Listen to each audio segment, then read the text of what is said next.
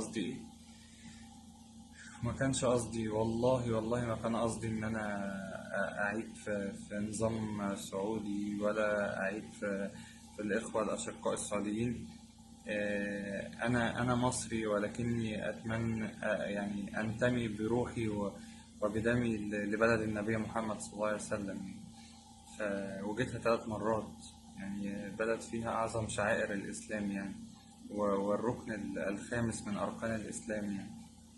كنت أتمنى إن أنا أديه رسمي ونظامي، ولكن قدر الله وما شاء فعل يعني.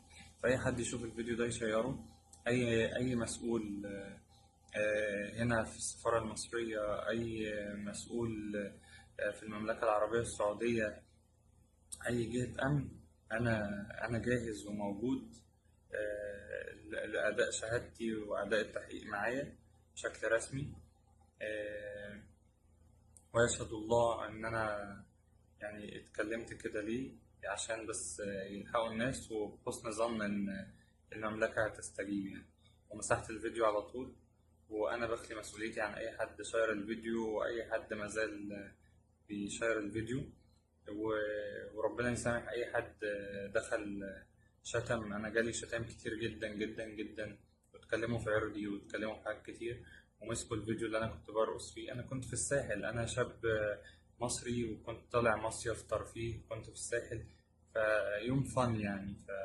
آه، الناس اللي بتقول إن أنا إخوان، أنا لا أنتمي لهذه الجماعة بالمرة. أنا شاب مصري، بحاول أكون ملتزم. لكن اكيد لو اخوان مش هطلع ارقص وانزل انا الفيديو، مش هعمل تيك توك وانزل الفيديو زي ما انتوا خدتوا الفيديوهات. بعض الناس خدت الفيديوهات. فانا لا انتمي لاي جماعه سياسيه، ماليش اي اتجاه غير ان انا شاب في حالي يعني.